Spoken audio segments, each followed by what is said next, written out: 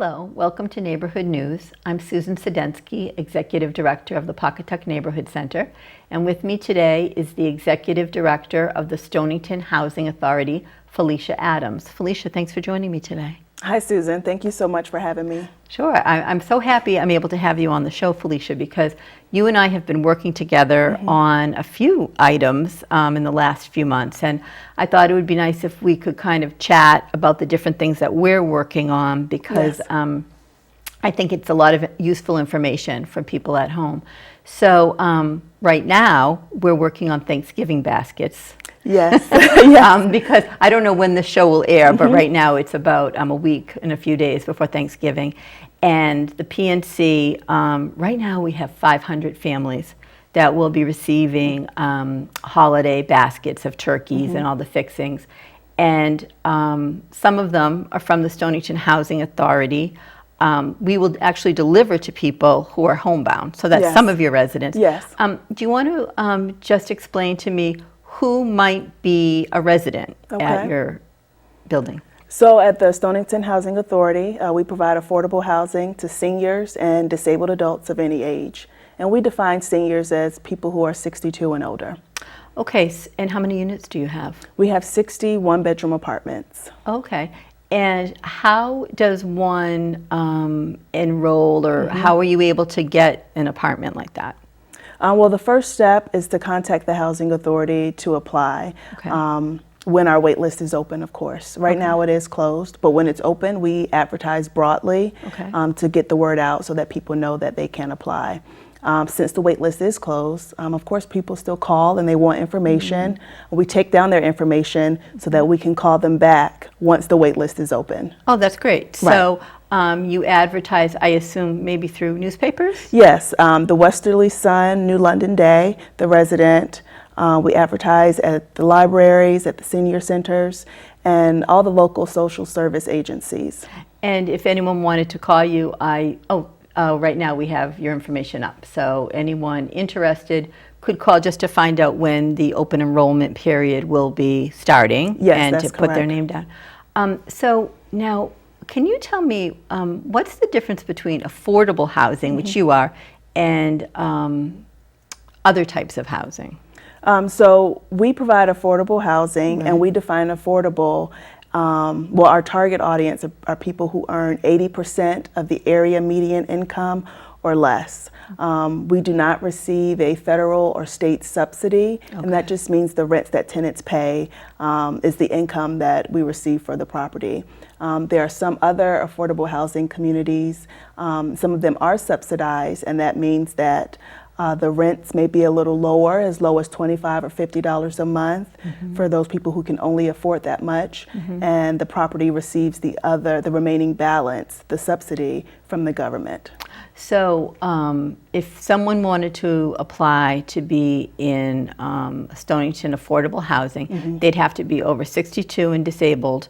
But then I'm sure there must be a lot of people who meet that requirement. How do you then determine who gets the apartment? So you have to be 62 and older or disabled, one or the other. And so when people apply, when we open the wait list, we accept applications, and then we close the wait list. Once the wait list is closed, everyone who's qualified, we do a credit and criminal background check. We verify income and assets. So everyone who meets the standards, their name pretty much goes into a basket, and we do a lottery. The first name we draw is the first person on the wait list. Okay, so that's very fair. It's through a lottery. And when did you start? I started working at the Housing Authority early 2018, January 2018. Okay. What did you do before that? Were you always in social services? Pretty much. I've been in social services for a while, but right out of high school, I did join the Navy. I was in the Navy for 4 years, and that gave me an opportunity to, go back to school through the VA education benefits, paid for me to get my bachelor's degree and my master's degree. And okay, so then you left the Navy. Yes. And were you always working with seniors? No, not always with seniors. After I left the Navy, I started working at a nonprofit that provided after-school services to at-risk youth. I worked there as their volunteer coordinator, and it was a great experience. It really taught me, you know, even though I had been a volunteer in the past, I really learned what type of work goes on behind the scenes to make those volunteer opportunities meaningful and successful, not just to the organization, but to the individual. And then after that, were you with another nonprofit? Yes, I was with another nonprofit. I worked at a homeless shelter in Virginia. I was a case manager there, working with a variety of populations, families, single individuals, elderly people, disabled people, trying to get everyone, you know, of course, out of the homeless shelter and into some permanent housing. So housing has really been an issue that you've been working on for a while. Yes. And now you mentioned case management. For people who aren't in this line of work, what does it mean to be a case manager or to do case management? Well, to me, being a case manager really means meeting people where they are to help them meet some of the goals that they have for themselves, helping them to access resources that they may not know how to access or may not know how to obtain. You know, sometimes people, they need help making phone calls. They need help filling out forms to get, you know, the resources that they need. So working with seniors, what kind of issues do you see overall that seniors have? It definitely varies, but a lot of mobility issues. But we've been, I guess, very lucky. All of our residents are lucky enough to have health insurance, and so they have primary care providers that help them, you know, obtain walkers or canes or, you know, power wheelchairs when they need it. Oh, that's great. Yeah, that is hard. And when you said mobility, I was also thinking of transportation. Transportation can be a barrier for a lot of seniors in our area. A lot of your seniors are able to come to the Pawcatuck Neighborhood Center through our van, which is great. And it also, I see a lot of isolation. Mainly, I think, because families don't always live together anymore, mainly because people have to go get jobs in different areas. And it's nice for us to have communal lunches for the seniors, but I know you do that kind of thing as well. Yes, that's correct. We try to have several events every month for our residents. Every month we have a resident birthday celebration where we celebrate the people who were born that month. Everyone's welcome to attend. We always have cake. We always sing happy birthday. We want them to feel like they are part of a community and that we value them because we do. We also have luncheons at least once a month. For October, we had a Halloween luncheon and costume party, and our residents, they got dressed up. They wore their costumes and, you know, showing them off to their friends in the community. It was a really great event. Right. It's a nice chance for people to get together and to celebrate holidays, especially if family's not around. I mean, we have different kinds of families now, right? New families are formed through friends. So another way that you and I have been working together is we worked together on a walk to bring awareness to elder abuse. And while we were working on that, we worked with a lot of specialists who explained what elder abuse is to both of us. I know I learned a lot on that project. And can you explain some kinds of elder abuse, how it might be defined? Well, elder abuse, there are different types, and you know, you may observe it in different ways. You know, when people think of abuse, sometimes their immediate thought is physical abuse, and that is a type of abuse that some elders or seniors experience. You know, so checking for bruises, or, you know, they have a bruise and can't remember how they got it. You know, that would be a red flag. Another type is financial abuse. If they don't have access to their money, or someone else who they have not authorized have access to their money, and they're making withdrawals or they're writing checks. You know, and sometimes as people age, you know, they start showing signs of dementia and they need assistance with those things. But if someone is taking advantage of them, then that is abuse. And also, we talked a little bit about neglect as well, which can be a form, it's a lesser form, but by neglect, and sometimes it's not intentional, people can, all of us can change at different times where we need a little help. And that's when you were talking about case management. Case management is, like you said, meeting people where they're at and in a very respectful way, approaching subjects that are sometimes difficult to approach. And Yes.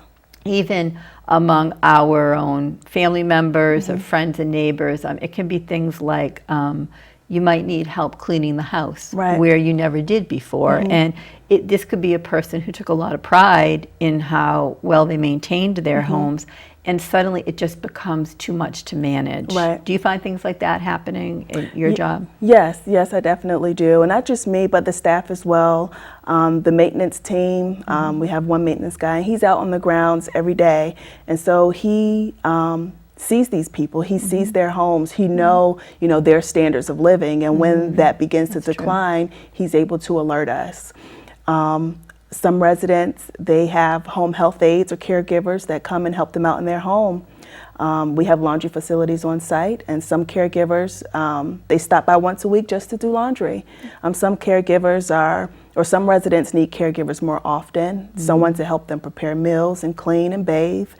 But when we start noticing that there's a change that's happened, we try to talk to that person. We reach out to their emergency contact to let that person know, what we're seeing. And a lot of times the emergency contact will step up and help to provide those services or come and visit more often to get a better idea. And that's so important to have, those outside connections to help people navigate these systems for social services. Well, you're absolutely right. And you and I were talking at a meeting we were at recently, and we said that for us, we're always talking to each other as far as who are you going to for referrals, like for a home health aide, for example, or for someone who might be able to drive someone in an Uber type situation.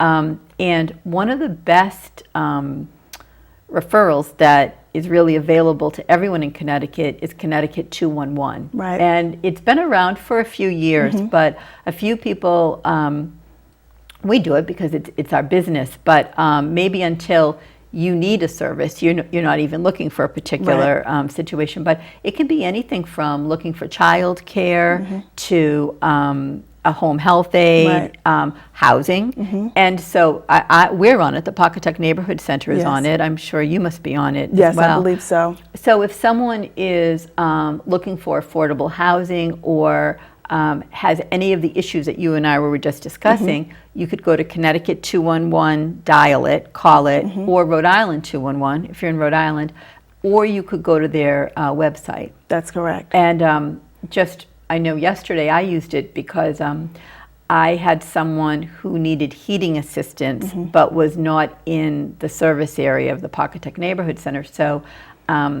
if it's a town like, I'll just randomly say Norwich, you would hit Norwich Heating, and anyone who gives heating assistance would come up in that. So that's really valuable. Yes, it is a valuable resource, and it's a resource that I tell a lot of people to definitely call 211 to be able to speak with someone to help them access the resources that they need. We do have people who call us, unfortunately, with an emergency housing need. We are fully occupied, so we can't always meet the needs of the people who need housing. And so we provide them with a list of resources, but we also recommend that they call 211. Right. Yeah, even for a homeless shelter, most especially. That's where we're calling quite often, yes. So another way that you and I are also friendly is that you have been a Zumba instructor. Yes. No, you have so much time on your hands, Phylicia. You're actually also a Zumba instructor. And I wanted to ask you about that because, as you know, we do a lot of exercise programs at the PNC. And people can be intimidated if you've never done Zumba. So, and you did actually a brand new Zumba class. I think it was Latin Zumba, right? Yes. And so tell me, was there anyone had anyone in your class done Latin Zumba before? I believe there was one person that had done it before. Okay. And, each Zumba class is different because each instructor is different. We all bring our own music, our own moves, and, we tailor it to the class. Oh, you do? Yes. And so I became certified back in 2018. And, you know, you talk about the students being nervous. I was nervous to teach a class. Well, they all loved it. Yeah. I know they all liked your class Oh, well, very that's great much. to hear. So how did you tailor it to them? Well, in preparing, you know, I knew I was going to be teaching seniors, and so I practiced in my living room, and, you know, I asked my mom, I said, what do you think? So you were with seniors, and when you entered the room, you didn't know what their physical level would be. Exactly. As part of it. And I think I know that group. Most of them were pretty quick moving. Yeah. Pretty fit people. Right. So you first saw that, and then you said, okay, I can go at a certain pace. Right. So people are always tell me that they're a little bit hesitant to join a class because they're afraid that, like, you're all going this way and then they're going the wrong way, right? And so just tell the folks at home, what will happen if you make a mistake or you do something wrong? Oh, just keep moving. Yeah. Just keep moving. Right. That's what's important. It's not important that you get all the steps right. It's important that you're moving, you're getting your heart rate up, and that you're trying to live a healthier lifestyle. Right. And the moves will come. Right. The classes, they stay the same for a period of time, and then kind of once the students are used to it, I'll start changing it up to keep them interested and engaged. To change the dances a little, to make it a little. Yeah, so it's and I think that what's nice about any of these classes is that you tend to know what level you're getting into. So you know if you haven't been dancing or exercising in a while, you might want to go to a lower level. And people are looking for different things. But you definitely do get the heart rate up with Zumba. And it's fun music. It is. It really is. So, so now what's going on at the Housing Authority now as far as, do you have any other activities that you have planned? Yes, we always have activities in the works. Good. So one thing that we're working on as a community is being an angel tree donor. Oh, great. Yes. Residents, they've been donating money to help buy gifts. We have what we know is a 4-year-old boy. And so they've been donating money so that we can provide some gifts for him this holiday season. Oh, thank you for bringing that. So what Phylicia is talking about is at the PNC, we have a donor angel program, which means that kids tell their parents what they want, the exact present that they want, and then we will then ask donor angels in the community to go out and to buy those items. And sometimes we'll list a specific item that they want, and sometimes we'll just say, boy age 4, we give you a little bit of leeway. But, you know, that is one of our most popular programs. It's very, very touching for us to see the gifts just come in. Last year, we gave toys to 463 kids, which is quite a few kids. And people come in and they say so many different things. Like one gentleman had a bag full of toys, and I said, "Oh, thank you so much for bringing this in." And he said, "Oh, well, this is how I got my toys. You know, I want to give back." And and another lady said to me, "Oh, I wish that you had something like this for my mom. You know, she was a single mother, and we had 4 kids, and it can be stressful, as you know. The holidays can be a stressful time, and it's just a great opportunity to be able to. And I love that you're all getting together for the one child. And that happens a lot. We have a lot of companies the whole staff will get together, and they'll or schools will go for one child. The teachers will. So that's a very popular program. So we have the Donor Angel program going on right around Christmas time, and at the same time we'll do the Christmas baskets again. So that's what we're doing too, revving up for the holidays. Yes, and we're making a lot of plans. Every year we have an annual holiday dinner where you know all the residents, they're invited to come to the community room for a catered dinner. Oh, nice. Not everyone has family in the area, so it's really important to us to be able to bring everyone together, provide a nice meal, provide a community environment to get everyone ready and prepared for the holiday season. Right. And one question I did want to ask you was the Stonington Housing Authority. When did that start, and how did that start? The Housing Authority was established in 1974 Okay. by the Stonington Board of Selectmen. Okay. They established a Board of Commissioners for the Housing Authority. The commissioners were able to secure some funding from the state to build the housing. Okay. The land was donated by a local family. Okay. And in about 1982, they completed construction on the first phase, which was 50 apartments. Okay. And then there was a second phase in 1990 that added another 10 apartments. Okay. And so just to recap, these are, you have 60 units. They're all one bedroom. That's correct. And our requirements are 62 and over or disabled persons.